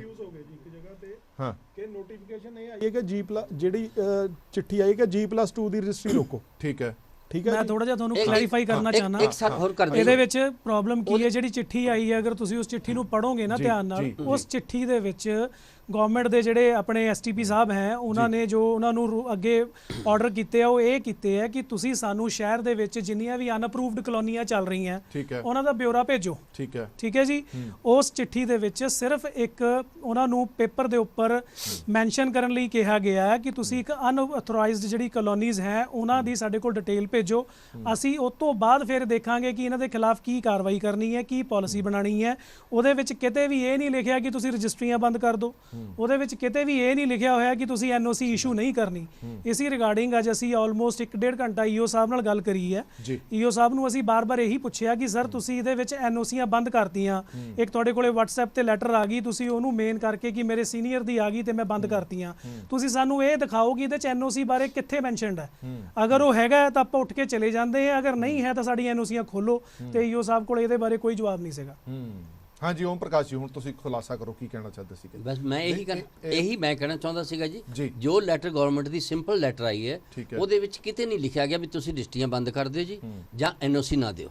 ਜੇ ਐਨਓਸੀ ਪਹਿਲੇ ਚੱਲ ਰਹੀ ਸੀ, ਐਨਓਸੀ ਵੀ ਪਹਿਲੇ 3 ਮਹੀਨੇ ਪਹਿਲੇ ਸਟਾਰਟ ਹੋਈ ਹੈ ਜੀ, ਉਸ ਤੋਂ ਪਹਿਲੇ ਨਹੀਂ ਚੱਲਦੀ ਸੀ ਜੀ। ਤੇ ਉਹ ਸਿੰਪਲ ਲੈਟਰ ਆਈ ਵੀ ਸਾਡੇ ਕੋਲੇ ਵਿਦਨ ਵੀਕ ਤੁਸੀਂ ਡਿਟੇਲ ਭੇਜੋ, ਜੋ ਨੀਚੇ ਛੋਟੇ ਬਿਲਡਰ ਕੰਮ ਕਰ ਰਹੇ ਆ ਉਹਨੇ ਡਿਟੇਲ ਬਣਾ ਕੇ ਭੇਜ ਦਿਓ ਵੀ ਉਹਨਾਂ ਕੋਲ ਕਿੰਨਾ ਕੁ ਮਾਲ ਪਿਆ ਮਾਰਕੀਟ 'ਚ ਜਿਹੜਾ ਵੇਚਣ ਵਾਲਾ ਜਾਂ ਕਿੰਨਾ ਕੁ ਬਣ ਚੁੱਕਿਆ ਹੈ। ਤਾਂ ਉਹ ਡਿਟੇਲ ਭੇਜਣ ਦੀ ਬਜਾਏ ਇਹਨਾਂ ਨੇ ਉਹਦਾ ਮੀਨਿੰਗ ਦੂਸਰਾ ਕਰ ਦਿੱਤਾ ਵੀ ਇੱਕ ਰਜਿਸਟਰੀਆਂ ਰੋਕ ਦਿਓ, ਦੂਸਰਾ ਜੀ ਐਨਓਸੀ ਲਓ। ਲੇਕਿਨ ਉਹੀ ਪ੍ਰੋਟੈਸਟ ਕਰਕੇ ਰਜਿਸਟਰੀਆਂ ਤਾਂ ਸਾਡੀਆਂ ਚੱਲਦੀਆਂ ਹੋ ਗਈਆਂ, ਪਰ NOC ਦਾ ਕੰਮ ਹਜੇ ਅੱਜ ਸਾਨੂੰ ਐਨਓਸੀ ਲੈਣ ਲੱਗਿਆ ਦਿੱਕਤ ਆਈ। ਅਸੀਂ ਉਹੀ ਜੋ ਜਿੱਦਾਂ ਲਾਂਬਾ ਸਾਹਿਬ ਨੇ ਦੱਸਿਆ ਕਿ ਅਫਸਰਾਂ ਦੇ ਕੋਲੇ ਕੋਈ ਸੂਟੇਬਲ ਜਵਾਬ ਨਹੀਂ ਕਿ ਅਸੀਂ ਸਾਨੂੰ ਜਵਾਬ ਕਿਆ ਦੇ ਸਕਣ ਵੀ ਅਸੀਂ ਕਿਉਂ ਨਹੀਂ ਦੇ ਰਹੇ। ਬਸ ਉਹੀ ਜੀ ਇੱਕ ਲੈਟਰ ਆਈ, ਮੈਨੂੰ ਹੈੱਡ ਆਫਿਸ ਤੋਂ ਪੁੱਛ ਲੈਣ ਦਿਓ ਵੀ ਉਹ ਕਿਆ ਕਹਿੰਦੇ, ਜੋ ਕਹਿਣਗੇ ਤਾਂ ਅਸੀਂ ਕਰ ਦਿਆਂਗੇ, ਨਹੀਂ ਤਾਂ ਅਜੇ ਮੁਸ਼ਕਲ ਹੈ ਜੋ ਸਾਨੂੰ ਉੱਥੋਂ ਰਿਪਲਾਈ ਮਿਲੇ। ਠੀਕ ਹੈ। ਹੁਣੇ ਤੁਸੀਂ ਇਸੇ ਡਿਬੇਟ ਦੇ ਵਿੱਚ ਕਿਹਾ ਕਿ ਸਰਕਾਰ ਇਹ ਕਹਿ ਰਹੀ ਹੈ ਕਿ ਵੱਖ-ਵੱਖ ਨਕਸ਼ੇ ਪਾਸ ਕਰਾਓ, ਫਿਰ ਉਹ ਚੀਜ਼ਾਂ ਉਸ ਲੈਟਰ 'ਚ ਸੀ ਕਿ ਨਹੀਂ ਸੀ? ਨਹੀਂ, ਇੱਦਾਂ ਦਾ ਕੁਝ ਵੀ ਮੈਂਸ਼ਨ ਨਹੀਂ ਹੈ। ਸਿਰਫ ਔਰ ਸਿਰਫ ਅਨਆਥੋਰਾਈਜ਼ਡ ਕਲੋਨੀਜ਼ ਦੀ ਡਿਟੇਲ ਮੰਗੀ ਗਈ ਹੈ, ਉਹਦੇ ਵਿੱਚ ਇਸ ਤੋਂ ਇਲਾਵਾ ਹੋਰ ਕੁਝ ਵੀ ਨਹੀਂ ਲਿਖਿਆ ਹੋਇਆ। ਕਿਤੇ ਵੀ ਇਹ ਚੀਜ਼ ਨਹੀਂ ਲਿਖੀ ਤੁਸੀਂ ਕਿ ਨਕਸ਼ਾ ਪਾਸ ਨਹੀਂ ਕਰਨਾ ਜਾਂ ਤੁਸੀਂ ਰਜਿਸਟਰੀ ਰੋਕ ਦੇਣੀ ਹੈ। ਫਿਰ ਰਜਿਸਟਰੀਆਂ ਕਰਾਉਣ ਦੇ ਲਈ ਧਰਨਾ ਕਿਉਂ ਲਾਣਾ ਪਿਆ? ਧਰਨਾ ਇਸ ਲਈ ਲਾਣਾ ਪਿਆ ਜੀ ਕਿਉਂਕਿ ਸਾਨੂੰ ਜਿਸ ਦਿਨ ਅਸੀਂ ਪ੍ਰੋਟੈਸਟ ਕੀਤਾ, ਪਹਿਲਾਂ ਅਸੀਂ 2 ਦਿਨ ਰਜਿਸਟਰੀਆਂ ਬੰਦ ਹੋਈਆਂ ਸੀ, ਰਜਿਸਟਰੀਆਂ ਬੰਦ ਕਰਤੀਆਂ ਜੀ ਇਹਨਾਂ ਨੇ। ਉਸ ਤੋਂ ਬਾਅਦ ਅਸੀਂ ਅਗਲੇ 2 ਦਿਨ ਜਿਹੜਾ ਹੈ ਬੜਾ ਪੀਸਫੁਲੀ ਜਾ ਕੇ ਅਥਾਰਟੀਜ਼ ਨੂੰ ਮਿਲਦੇ ਰਹੇ, ਗੱਲਾਂ ਕਰਦੇ ਰਹੇ, ਬਟ ਉਹ ਗੱਲਾਂ ਨਾਲ ਕੋਈ ਹੱਲ ਨਿਕਲਿਆ ਨਹੀਂ। ਉਹ ਤੋਂ ਬਾਅਦ ਫਿਰ ਅਸੀਂ ਤਹਿਸੀਲ ਆਫਿਸ ਦੇ ਵਿੱਚ ਜਾ ਕੇ ਧਰਨਾ ਲਗਾਇਆ।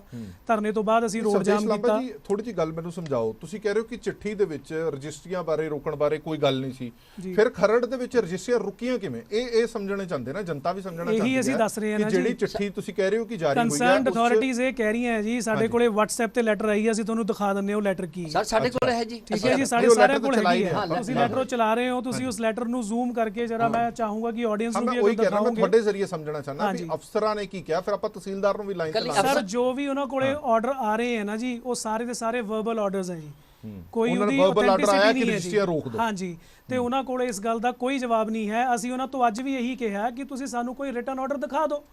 ਅਗਰ ਰਿਟਨ ਆਰਡਰ ਆਇਆ ਹੈ, ਕਿਸੇ ADC ਨੇ ਦਿੱਤਾ ਹੈ, STP ਨੇ ਦਿੱਤਾ ਹੈ, ਕਿਸੇ ਹੋਰ ਅਥਾਰਟੀ ਨੇ ਦਿੱਤਾ, ਪ੍ਰਿੰਸੀਪਲ ਸੈਕਟਰੀ ਨੇ ਦਿੱਤਾ, ਅਸੀਂ ਜਾ ਕੇ ਉਹਨਾਂ ਨਾਲ ਗੱਲ ਕਰਾਂਗੇ। ਅਸੀਂ ਤੁਹਾਡੇ ਕੋਲ ਟਾਈਮ ਹੀ ਨਹੀਂ ਖਰਾਬ ਕਰਦੇ। ਠੀਕ ਹੈ, ਠੀਕ ਹੈ। ਫਿਰ ਇਸੇ ਕਰਕੇ ਤੁਹਾਨੂੰ ਧਰਨਾ ਲਾਣਾ ਪਿਆ, ਫਿਰ ਰਜਿਸਟਰੀਆਂ ਸ਼ੁਰੂ ਹੋਈਆਂ। SDM ਸਾਹਿਬ ਨੇ ਸਾਨੂੰ ਕਿਹਾ, ਸਾਡੇ ਸਾਹਮਣੇ DC ਸਾਹਿਬ ਨਾਲ ਫੋਨ ਤੇ ਗੱਲ ਕੀਤੀ, ਉਹਨਾਂ ਨੇ ਕਿਹਾ ਕਹਿੰਦੇ ਜੇ ਇਹ ਇੱਕਦਮ ਰਜਿਸਟਰੀਆਂ ਜਿਹੜੀਆਂ ਬੰਦ ਕੀਤੀਆਂ, DC ਸਾਹਿਬ ਦੀ ਆਪਣੀ ਵਰਡਿੰਗ ਸੀਗੀ ਜੋ ਸਪੀਕਰ ਔਨ ਦੇ ਵਿੱਚ ਅਸੀਂ ਸੁਣੀ ਹੈ। ਅਸੀਂ ਓਮ ਪ੍ਰਕਾਸ਼ ਜੀ ਵੀ ਬੈਠੇ ਸੀ ਵਿੱਚ, ਅਸੀਂ 7-8 ਅੰਦਰ ਬੰਦੇ ਮੇਨ ਬੈਠੇ ਸੀ। ਉਹਨਾਂ ਨੇ ਕਿਹਾ ਕਿ ਐਦਾਂ ਇੱਕਦਮ ਇੱਕ ਲੈਟਰ ਕੱਢ ਕੇ ਰਜਿਸਟਰੀਆਂ ਨਹੀਂ ਬੰਦ ਕਰਨੀਆਂ ਚਾਹੀਦੀਆਂ ਸੀਗੀਆਂ, ਇਹ ਗਲਤ ਹੋਇਆ, ਤੁਸੀਂ ਇਹਨੂੰ ਸਟਾਰਟ ਕਰਾ ਦਿਓ। ਉਸੇ ਟਾਈਮ SDM ਸਾਹਿਬ ਨੇ ਕਿਹਾ ਰਜਿਸਟਰੀਆਂ ਓਕੇ ਕਰ ਦਿਓ ਜੀ। ਇੱਕ ਦਿਨ ਰਜਿਸਟਰੀ ਚੱਲੀ ਹੈ, ਅਗਲੇ ਦਿਨ ਇਹ NOC ਵਾਲਾ ਇਸ਼ੂ ਪਾ ਲਿਆ ਤੇ ਰਜਿਸਟਰੀਆਂ ਬੰਦ ਕਰਤੀਆਂ। ਹਾਂਜੀ ਸ਼ਰਮਾ ਜੀ, ਤੁਸੀਂ ਕੁਝ ਕਹਿ ਰਹੇ ਸੀ? ਮੈਂ ਇਹ ਕਹਿਣਾ ਚਾਹੁੰਦਾ ਸੀ ਵੀ ਜੇ ਇਸ ਲੈਟਰ ਦੀ ਕੋਈ ਅਥੈਂਟਿਸਿਟੀ ਹੁੰਦੀ ਤਾਂ SDM ਛੱਡੋ DC ਸਾਹਿਬ ਵੀ ਨਹੀਂ ਸੀ ਰਜਿਸਟਰੀ ਲਈ ਹੁਕਮ ਕਰ ਸਕਦੇ। ਇਹ ਲੈਟਰ ਹਲੇ ਹਵਾ 'ਚ ਹੈ ਤੇ ਜਿਹੜੇ ਸਰਕਾਰ ਦੇ ਹਵਾ 'ਚ ਫਿਰਦੀ ਲੈਟਰ ਨੂੰ ਧਿਆਨ 'ਚ ਰੱਖ ਕੇ ਰਜਿਸਟਰੀਆਂ ਬੰਦ ਕਰਤੀਆਂ। ਬਿਲਕੁਲ, ਜਿਹੜੇ ਅਫਸਰ ਹੈ ਉਹ ਵੀ ਉਹਨਾਂ ਨੂੰ ਕਨਫਿਊਜ਼ਡ ਗਈ ਹੈ ਜਾਂ ਕਹਿ ਲਓ ਡਰੇ ਹੋਏ ਆ, ਪਤਾ ਨਹੀਂ, ਯਾਨੀ ਕਿ ਇੱਕ ਜਿਹੜੇ ਹਲੇ ਕੋਈ ਅਪਰੂਵਡ ਚੀਜ਼ ਨਹੀਂ ਉਹਨਾਂ ਕੋਲ ਆਈ ਪਰ ਉਹ ਪਹਿਲਾਂ ਹੀ ਇੰਪਲੀਮੈਂਟ ਕਰ ਦੇਣੀ। ਤੇ ਇਸ ਲੈਟਰ ਦੀ ਜੇ ਕੋਈ ਅਥੈਂਟਿਸਿਟੀ ਹੁੰਦੀ ਤਾਂ ਉਦੋਂ ਸਾਡੀ ਰਜਿਸਟਰੀ ਨਾ ਹੁੰਦੀ ਤੇ ਉਹ ਧਰਨਾ ਵੀ ਨਾ ਖੁੱਲਦਾ। ਚਲੋ ਇਸ ਪੂਰੇ ਮੁੱਦੇ ਤੇ ਸਰਕਾਰ ਨੂੰ ਕਲੈਰੀਫਿਕੇਸ਼ਨ ਦੇਣ ਦੀ ਬੜੀ ਸਖਤ ਜ਼ਰੂਰਤ ਹੈਗੀ ਹੈ, ਕਿਉਂਕਿ ਜਿਹੜੀ ਚਿੱਠੀ ਦੀ ਗੱਲ ਕੀਤੀ ਜਾ ਰਹੀ ਹੈ, ਜੋ ਇਹਨਾਂ ਦਾ ਦਾਅਵਾ ਹੈ ਕਿ ਚਿੱਠੀ ਦੇ ਵਿੱਚ ਰਜਿਸਟਰੀਆਂ ਰੋਕਣ ਦੀ ਕੋਈ ਗੱਲ ਨਹੀਂ ਸੀ, ਫਿਰ ਰਜਿਸਟਰੀਆਂ ਰੁਕੀਆਂ ਕਿਉਂ, ਫਿਰ ਧਰਨਾ ਲਾਣਾ ਕਿਉਂ ਪਿਆ? ਜੇ ਰਜਿਸਟਰੀਆਂ ਹੋਣ ਲੱਗ ਗਈਆਂ ਫਿਰ NOC ਦਾ ਰੌਲਾ ਪੈ ਗਿਆ, ਹੁਣ NOC ਲੈਣ ਲਈ ਧੱਕੇ ਖਾਣੇ ਪੈਂਦੇ ਨੇ। ਪਰ ਕੁੱਲ ਮਿਲਾ ਕੇ ਹਲੇ ਸਥਿਤੀ ਹੈ ਜਿਹੜੀ ਉਹ ਭੰਬਲ ਭੂਸੇ ਦੇ ਵਿੱਚ ਆ, ਔਰ ਇਹ ਸਾਰੀ ਸਥਿਤੀ ਨੂੰ ਕਲੀਅਰ ਕਰਨ ਦੇ ਲਈ ਸਰਕਾਰ ਨੂੰ ਇੱਕ ਸਟੈਪ ਚੁੱਕਣਾ ਪਏਗਾ। ਸਰਕਾਰ ਦੱਸੇ ਕਿ ਉਸ ਲੈਟਰ ਦੀ ਅਥੈਂਟਿਸਿਟੀ ਕੀ ਸੀ ਜਿਹੜੀ ਉਹ ਲੈਟਰ ਕੱਢੀ ਗਈ, ਔਰ ਕਿਸ ਬਿਹਾਫ ਤੇ ਰਜਿਸਟਰੀਆਂ ਦਾ ਕੰਮ ਰੁਕਿਆ। ਜੇ ਕੰਮ ਸ਼ੁਰੂ ਹੋਇਆ ਤੇ NOC ਦਾ ਰੌਲਾ ਕਿਉਂ ਪਿਆ, ਉਸ ਅਥਾਰਟੀ ਤੋਂ ਦੁਬਾਰਾ NOC ਲੈਣ ਦੀ ਜ਼ਰੂਰਤ ਕਿਉਂ ਪੈ ਰਹੀ ਹੈ ਜਿਸ ਨੂੰ ਪੈਸੇ ਦੇ ਕੇ ਨਕਸ਼ਾ ਪਾਸ ਕਰਾਇਆ ਗਿਆ। ਓਮ ਪ੍ਰਕਾਸ਼ ਜੀ ਕੁਝ ਕਹਿਣਾ ਚਾਹੁੰਦੇ, ਫਿਰ ਮੈਂ ਵਾਈਂਡ ਅਪ ਕਰਨਾ। ਬਸ ਮੈਂ ਸਰ ਇਹੀ ਕਹਿਣਾ ਚਾਹੁੰਦਾ ਸੀਗਾ ਵੀ ਜੋ ਤੁਸੀਂ ਆਲਰੇਡੀ ਦੱਸ ਹੀ ਦਿੱਤਾ ਜੀ, ਜੋ ਮੈਂ ਕਹਿਣਾ ਚਾਹ ਰਿਹਾ ਸੀਗਾ ਵੀ ਸਾਨੂੰ ਦੁਬਾਰਾ ਉਸ ਨਕਸ਼ੇ ਦੀ ਜਿੱਥੋਂ ਨਕਸ਼ਾ ਪਾਸ ਹੈ ਅਸੀਂ ਪੈਸੇ ਦਿੱਤੇ ਆ, 1-1 ਰੁਪਈਆ ਭਰ ਕੇ ਅਸੀਂ ਸਾਰਾ ਸਹੀ ਕੰਮ ਕਰ ਰਹੇ, ਫਿਰ ਬਾਰ-ਬਾਰ ਸਾਨੂੰ NOC ਲੈਣ ਦੀ ਜ਼ਰੂਰਤ ਕਿਆ ਹੈ? ਚਲੋ ਜੇ NOC ਦੇ ਵੀ ਰਹੇ ਸੀਗੇ, ਅਸੀਂ ਉਹ ਵੀ ਇੱਕ ਉਹਨਾਂ ਦੇ ਕਹਿਣ ਤੇ ਚਾਲੂ ਕਰਤਾ ਵੀ ਲੈ ਲੈਂਦੇ ਜੀ। ਉਸ ਤੋਂ ਬਾਅਦ ਫਿਰ ਆ ਲੈਟਰ ਕੱਢਣ ਦੀ ਉਹਨਾਂ ਨੂੰ ਕੀ ਜ਼ਰੂਰਤ ਹੈ ਜੀ? ਜੇ ਉਹ ਬਾਕੀ ਦਾ ਰੈਵਨਿਊ ਦੀ ਗੱਲ, ਜੇ ਰੈਵਨਿਊ ਦੂਸਰੀਆਂ ਸਟੇਟਾਂ ਨਾਲੋਂ ਪਹਿਲੇ ਹੀ ਉਹ 5 ਟਾਈਮ ਜ਼ਿਆਦਾ ਲੈ ਰਹੇ ਆ ਜੀ। ਤੇ ਹੋਰ ਸਾਡੇ ਤੋਂ ਕਿਆ ਸਾਡੇ ਕੱਪੜੇ ਉਤਾਰਨੇ ਚਾਹੁੰਦੇ ਹੋ ਜੀ? ਠੀਕ ਹੈ, ਠੀਕ ਮੈਂ ਹੈ। ਇੱਕ ਪ੍ਰੂਵਡ ਤੇ ਅਨਅਪਰੂਵਡ ਨੂੰ ਥੋੜਾ ਜਿਹਾ ਕਲੈਰੀਫਾਈ ਕਰਨਾ ਚਾਹੁੰਦਾ ਇੱਥੇ। ਹਾਂਜੀ ਹਾਂਜੀ ਹਾਂਜੀ। ਇਹਦੇ ਵਿੱਚ ਜਿਵੇਂ ਗਵਰਨਮੈਂਟ ਕਹਿ ਰਹੀ ਹੈ ਜੀ ਕਿ ਅਨਆਥੋਰਾਈਜ਼ਡ ਕਲੋਨੀਜ਼ ਦਾ ਡਾਟਾ ਭੇਜੋ, ਇਹਨਾਂ ਦੇ ਹਿਸਾਬ ਨਾਲ ਅਸੀਂ ਅਨਆਥੋਰਾਈਜ਼ਡ ਹੈ ਜੀ, ਕਿਉਂਕਿ ਅਸੀਂ ਸਰਕਾਰ ਨੂੰ ਸਭ ਤੋਂ ਪਹਿਲਾਂ ਕੰਮ ਸ਼ੁਰੂ ਕਰਨ ਤੋਂ ਪਹਿਲਾਂ ਜਾ ਕੇ ਪੈਸਾ ਦੇ ਕੇ ਆਨੇ ਆ ਜੀ। ਅਸੀਂ ਨਕਸ਼ੇ ਦੇ ਰੂਪ ਦੀ ਫੀਸ ਜਿਹੜੀ ਹੁੰਦੀ ਹੈ ਸਾਡੀ, ਉਹ ਸਾਡੇ ਕੋਲੋਂ ਐਡਵਾਂਸ ਲਈ ਜਾਂਦੀ ਹੈ। ਠੀਕ ਹੈ। ਤੇ ਜਿਹੜੇ ਬੜੇ ਮਲਟੀ ਸਟੋਰੀ ਪ੍ਰੋਜੈਕਟਸ ਹੈਗੇ ਆ, ਉੱਥੇ ਸਾਰਿਆਂ ਨੂੰ ਇਹਨਾਂ ਨੂੰ 4-4 ਸਾਲ ਦੀਆਂ 5-5 ਸਾਲ ਦੀਆਂ ਕਿਸ਼ਤਾਂ ਬਣਾਈਆਂ ਜਾਂਦੀਆਂ, ਯਾਨੀ ਕਿ ਉਹ ਜਿਹੜੇ ਹੈਗੇ ਆ ਪੈਸਾ ਕਮਾ ਕੇ ਤੁਹਾਨੂੰ ਪੈਸਾ ਦੇ ਰਹੇ ਆ, ਅਸੀਂ ਐਡਵਾਂਸ ਤੁਹਾਨੂੰ ਪੇਮੈਂਟ ਦੇ ਰਹੇ ਹਾਂ। ਮੈਂ ਉਸੇ ਗੱਲ ਤੇ ਆਣਾ ਚਾਹੁੰਦਾ ਸੀ। ਮੈਂ ਕਿਹਾ ਤੁਸੀਂ ਮਾਈਂਡ ਨਾ ਕਰ ਜਾਓ ਕਿ ਲੋਕ ਤੁਹਾਡੀਆਂ ਹੁਣ ਕਲੋਨੀਆਂ ਨੂੰ ਅਨਆਥੋਰਾਈਜ਼ਡ ਕਲੋਨੀਆਂ ਵਜੋਂ ਦੇਖਣ ਲੱਗ ਗਏ ਨੇ। ਤੁਹਾਡੇ ਜਿਹੜੇ ਪ੍ਰੋਜੈਕਟਸ ਨੇ ਉਹ ਉਹਨਾਂ ਨੂੰ ਲੱਗਦਾ ਕਿ ਅਨਆਥੋਰਾਈਜ਼ਡ ਨੇ, ਇਸੇ ਕਰਕੇ ਇਹਨਾਂ ਦੀ ਰਜਿਸਟਰੀ ਬੰਦ ਹੋ ਗਈ ਹੈ। ਇਸ ਬਾਰੇ ਹੁਣ ਤੁਸੀਂ ਕੁਝ ਕਲੈਰਿਟੀ ਦੇਣਾ ਚਾਹੁੰਦੇ ਹੋ ਕਿ ਤੁਹਾਡਾ ਪ੍ਰੋਜੈਕਟ ਜਾਂ ਤੁਹਾਡੇ ਪ੍ਰੋਜੈਕਟ ਜਿੰਨੇ ਵੀ ਨੇ ਆਥੋਰਾਈਜ਼ਡ ਨੇ? ਅਥੋਰਾਈਜ਼ਡ ਹੈ ਜੀ। ਇਹਦੇ ਚ ਆਥੋਰਾਈਜ਼ਡ ਹੀ ਹੈ ਜੀ। ਹੁਣ ਤੁਸੀਂ ਜੇ ਗਵਰਨਮੈਂਟ ਨੇ ਕੋਈ ਰੂਲਿੰਗ ਪਾਸ ਕਰੀ ਹੈ ਕਿ ਹਾਂਜੀ ਤੁਸੀਂ ਰੋਡਸ ਜਿਹੜੀਆਂ ਹੈ 30 ਫੁੱਟ ਰੱਖੀਆਂ, ਅਗਰ ਸਾਡੇ ਵਿੱਚੋਂ ਕਿਸੇ ਬੰਦੇ ਨੇ 30 ਫੁੱਟ ਦੀ ਰੋਡ ਦੀ ਬਜਾਏ ਉੱਥੇ 28 ਫੁੱਟ ਰੋਡ ਛੱਡੀ ਹੈ, ਤੁਸੀਂ ਕਾਰਵਾਈ ਕਰ ਦਿਓ। ਤੁਸੀਂ ਆਪਣੇ ਆਪ ਇੱਕ ਰੂਲਿੰਗ ਕੱਢੀ ਹੈ ਕਿ 10 ਮੀਟਰ 11 ਮੀਟਰ ਦੀ ਤੁਸੀਂ ਹਾਈਟ ਰੱਖਣੀ ਹੈ, ਤੁਸੀਂ 3 ਮੰਜ਼ਿਲਾਂ ਪਾਣੀਆਂ, ਕਿਸੇ ਨੇ ਚੌਥੀ ਪਾਈ ਹੈ ਢਾ ਦਿਓ। ਸਾਨੂੰ ਇਹ ਤਾਂ ਦੱਸਿਆ ਜਾਵੇ ਨਾ। ਅਸੀਂ ਤਾਂ ਆਪਣੀ ਕਲੋਨੀਆਂ ਦੇ ਵਿੱਚ ਸੀਵਰੇਜ ਖੁਦ ਪਾਈ ਦੀ ਹੈ, ਵਾਟਰ ਸਪਲਾਈ ਖੁਦ ਦੇਈਦੀ ਹੈ, ਸਟਰੀਟ ਲਾਈਟਾਂ ਲਾਈ ਦੀਆਂ, ਉੱਥੇ ਸਾਰਾ ਸੈਨੀਟੇਸ਼ਨ ਵਰਕ ਆਪ ਕਰਕੇ ਦੇਈਦਾ। ਇਲੈਕਟ੍ਰਿਸਿਟੀ ਵਾਲਿਆਂ ਦਾ ਕੰਮ ਜਿਹੜਾ ਹੈ, ਬਿਜਲੀ ਜਿਹੜਾ ਘਰ ਦਾ ਕੰਮ ਹੈ, ਉਹ ਅਸੀਂ ਖੁਦ ਕਰਦੇ ਹਾਂ। ਟਰਾਂਸਫਾਰਮਰ ਅਸੀਂ ਆਪਣੇ ਕੋਲੋਂ ਲਵਾਉਂਦੇ, ਅਸੀਂ ਸਰਕਾਰ ਤੋਂ ਲੈ ਕੇ ਰਹੇ ਹਾਂ। ਠੀਕ ਹੈ ਲਾਂਬਾ ਸਾਹਿਬ। ਅਮਨ, ਤੁਸੀਂ ਵੀ ਕੁਝ ਐਡ ਆਨ ਕਰਨਾ ਚਾਹੁੰਦੇ ਹੋ? ਕਿਉਂਕਿ ਲੋਕਾਂ ਦਾ ਖਦਸ਼ਾ ਬਹੁਤ ਹੈ ਕਿ ਅੱਜ ਮਾਰਕੀਟ ਦੇ ਵਿੱਚ ਘੱਟੋ ਘੱਟ ਖਰੜ ਜਾਂ ਤੁਸੀਂ ਜ਼ੀਰਕਪੁਰ ਮੋਹਾਲੀ ਏਰੀਆ ਦੇ ਵਿੱਚ ਜਾਓ ਤਾਂ ਵੱਡੇ ਵੱਡੇ ਬੋਰਡ ਲੱਗੇ ਹੁੰਦੇ ਨੇ, 2 BHK 25 ਲੱਖ ਦਾ ਲੈ ਲਓ, 22 ਲੱਖ ਦਾ ਲੈ ਲਓ, 28 ਲੱਖ ਦਾ ਲੈ ਲਓ। ਲੋਕ ਇਸ ਗੱਲੋਂ ਡਰਦੇ ਨੇ ਕਿ ਇਹ ਆਥੋਰਾਈਜ਼ਡ ਹੈ, ਅਨਆਥੋਰਾਈਜ਼ਡ ਹੈ, ਇਹ ਪਤਾ ਨਹੀਂ ਪਾਸ ਹੈ ਨਹੀਂ ਪਾਸ ਹੈ। ਇਹ ਜਿਹੜਾ ਲੋਕਾਂ ਦਾ ਡਰ ਹੈ, ਇਹ ਕਿਵੇਂ ਦੂਰ ਹੋਏ? ਮੈਂ ਇੱਥੇ ਇਹ ਦੱਸਣਾ ਚਾਹੁੰਦਾ ਹਰਪ੍ਰੀਤ ਜੀ ਕਿ ਜਿਹੜਾ ਅਥੋਰਾਈਜ਼ਡ ਦਾ ਮਤਲਬ ਹੁੰਦਾ ਕਿ ਕੋਈ ਅਥਾਰਟੀ ਇੱਕ ਚੀਜ਼ ਨੂੰ ਪ੍ਰਵਾਨ ਕਰਦੀ ਹੋਵੇ। ਜੀ ਜੀ। ਠੀਕ ਹੈ। ਜਿਹੜੇ ਸਾਡੇ ਪ੍ਰੋਜੈਕਟ ਆ ਉੱਥੇ ਪ੍ਰੋਪਰ ਕਮੇਟੀ ਦਫ਼ਤਰ ਤੋਂ ਬਿਲਡਿੰਗ ਇੰਸਪੈਕਟਰ ਆਉਂਦੇ ਆ, ਉਹ ਸਾਈਟ ਨੂੰ ਦੇਖ ਕੇ ਜਾਂਦੇ ਆ। ਈਵਨ ਹੁਣ ਤਾਂ ਫੋਟੋ ਖਿੱਚ ਕੇ ਵੀ ਨਾਲ ਲੱਗਣ ਲੱਗ ਗਈ। ਉਹ ਤੋਂ ਬਾਅਦ ਸਾਡੇ ਨਕਸ਼ਿਆਂ ਦੇ ਉੱਤੇ ਕਮੇਟੀ ਦੇ ਵਿੱਚੋਂ ਈਓ ਸਾਹਿਬ ਦੇ ਸਾਈਨ ਹੁੰਦੇ ਆ ਤੇ ਕਮੇਟੀ ਦੀ ਸਟੈਂਪ ਹੁੰਦੀ ਹੈ ਕਿ ਨਕਸ਼ਾ ਪ੍ਰਵਾਨ ਹੈ। ਜੇ ਇਹਨੂੰ ਅਥੋਰਾਈਜ਼ਡ ਨਹੀਂ ਸਮਝਦੇ ਫਿਰ ਮੇਰੇ ਉਹਦੇ ਵਿੱਚ ਤਾਂ ਹੋਰ ਆਥੋਰਾਈਜ਼ ਹੋ ਹੀ ਨਹੀਂ ਸਕਦਾ। ਹਾਂਜੀ, ਫਿਰ ਹੋਰ ਕੀ ਅਥੋਰਾਈਜ਼ਡ ਹੋ ਸਕਦਾ? ਇਹ ਆਪਣੀ ਸੰਸਥਾ ਤੇ ਇੱਕ ਵੱਡਾ ਸਵਾਲ ਚੁੱਕਣ ਵਾਲਾ ਕੰਮ ਹੈ, ਆਪਣੇ ਮਹਿਕਮੇ ਤੇ ਇੱਕ ਵੱਡਾ ਸਵਾਲ ਹੈ। ਸੰਬੋਧਨ ਕਰਦੇ ਪਬਲਿਕ ਨੂੰ। ਚਲੋ, ਬਹੁਤ ਬਹੁਤ ਧੰਨਵਾਦ ਤਿੰਨੇ ਮਹਿਮਾਨਾਂ ਦਾ ਇਸ ਪੂਰੀ ਗੱਲਬਾਤ ਦੇ ਲਈ। ਸੋ ਮੁੱਕਦੀ ਗੱਲ ਇਹ ਹੈ ਕਿ ਸਰਕਾਰ ਨੇ ਜੇਕਰ ਚਿੱਠੀ ਕੱਢੀ ਹੈ, ਇਹ ਇਹਨਾਂ ਦਾ ਦਾਅਵਾ ਹੈ ਕਿ ਸਰਕਾਰ ਨੂੰ ਸ਼ਾਇਦ ਪਤਾ ਵੀ ਨਹੀਂ ਹੈ ਚਿੱਠੀ ਦਾ, ਪਰ ਇਹ ਇਦਾਂ ਹੁੰਦਾ ਨਹੀਂ ਹੈ ਕਿ ਜੇ ਕੋਈ ਚਿੱਠੀ ਆਈ ਹੈ, ਉਸ ਚਿੱਠੀ ਤੇ ਕਿਸੇ ਤਰ੍ਹਾਂ ਦਾ ਕੋਈ ਅਮਲ ਹੋਇਆ ਤਾਂ ਯਕੀਨਨ ਤੌਰ ਤੇ ਇਹ ਉੱਪਰ ਸਰਕਾਰੀ ਦਰਬਾਰੇ ਇਹ ਗੱਲਾਂ ਪਤਾ ਹੁੰਦੀਆਂ ਨੇ। ਪਰ ਵੱਡਾ ਸਵਾਲ ਇਹ ਹੈ ਕਿ ਉਹ ਚਿੱਠੀ ਕੱਢਣ ਦਾ ਮੰਤਵ ਕੀ ਹੈ, ਇਹ ਸਮਝਣਾ ਬੜਾ ਜ਼ਰੂਰੀ ਹੈ। ਜੇ ਸਰਕਾਰ ਰੈਵਨਿਊ ਵਧਾਉਣ ਬਾਰੇ ਹੀ ਸੋਚ ਰਹੀ ਹੈ ਕਿ ਇਸ ਤਰ੍ਹਾਂ ਦੀਆਂ ਕੁਝ ਗੱਲਾਂ ਕਰਕੇ ਰੈਵਨਿਊ ਵੱਧ ਜਾਏਗਾ, ਤਾਂ ਰੈਵਨਿਊ ਵਧੇਗਾ ਤਾਂ ਪਤਾ ਨਹੀਂ ਕਦੋਂ ਵਧੇਗਾ। ਰੈਵਨਿਊ ਲਾਸ ਜ਼ਰੂਰ ਹੋ ਰਿਹਾ ਹਾਲ ਦੀ ਘੜੀ, ਰੈਵਨਿਊ ਬਿਲਕੁਲ ਹੀ ਖਤਮ ਹੋਣ ਦੇ ਕਿਨਾਰੇ ਤੇ ਪਹੁੰਚ ਗਿਆ। ਔਰ ਇੱਥੇ ਇਫੈਕਟ ਕੌਣ ਹੋ ਰਹੇ ਨੇ? ਨਾ ਸਿਰਫ ਬਿਲਡਰ ਇਫੈਕਟ ਹੋ ਰਹੇ ਨੇ, ਉਹ ਲੋਕ, ਸਭ ਤੋਂ ਜ਼ਿਆਦਾ ਇਫੈਕਟ ਉਹ ਲੋਕ ਹੋ ਰਹੇ ਨੇ ਜਿਨ੍ਹਾਂ ਨੇ ਆਪਣੀ ਹੱਕ ਹਲਾਲ ਦੀ ਕਮਾਈ ਹੈ ਜਿਹੜੀ ਇਹਨਾਂ ਘਰਾਂ ਤੇ ਲਾਈ ਹੋਈ ਹੈ, ਔਰ ਉਹ ਸਾਰੇ ਸਬੂਤ ਦੇਖ ਕੇ ਲਗਾਈ ਹੈ ਜਿਨ੍ਹਾਂ ਸਾਰੇ ਸਬੂਤਾਂ ਨੂੰ ਸਰਕਾਰ ਨੇ ਖੁਦ ਪਾਸ ਕੀਤਾ। ਹੁਣ ਉਹਨਾਂ ਸਬੂਤਾਂ ਦਾ ਹੀ ਤੁਸੀਂ NOC ਇਹਨਾਂ ਤੋਂ ਮੰਗੋ, ਫਿਰ ਇਹ ਥੋੜੀ ਜਿਹੀ ਜ਼ਿਆਦਤੀ ਜ਼ਰੂਰ ਨਜ਼ਰ ਆਉਂਦੀ ਹੈ। ਉਮੀਦ ਕਰਦੇ ਹਾਂ ਕਿ ਸਰਕਾਰ ਆਪਣਾ ਨਜ਼ਰੀਆ, ਆਪਣਾ ਲੌਜਿਕ ਹੈ ਜਿਹੜਾ ਉਹ ਜਨਤਾ ਦੇ ਸਾਹਮਣੇ ਕਲੀਅਰ ਜ਼ਰੂਰ ਕਰੇਗੀ। ਦੇਸ਼ ਦੁਨੀਆ ਦੇ ਬਾਕੀ ਖਬਰਾਂ ਲਈ ਬਣੇ ਰਹੋ PTC ਨਿਊਜ਼ ਦੇ ਨਾਲ। ਧੰਨਵਾਦ।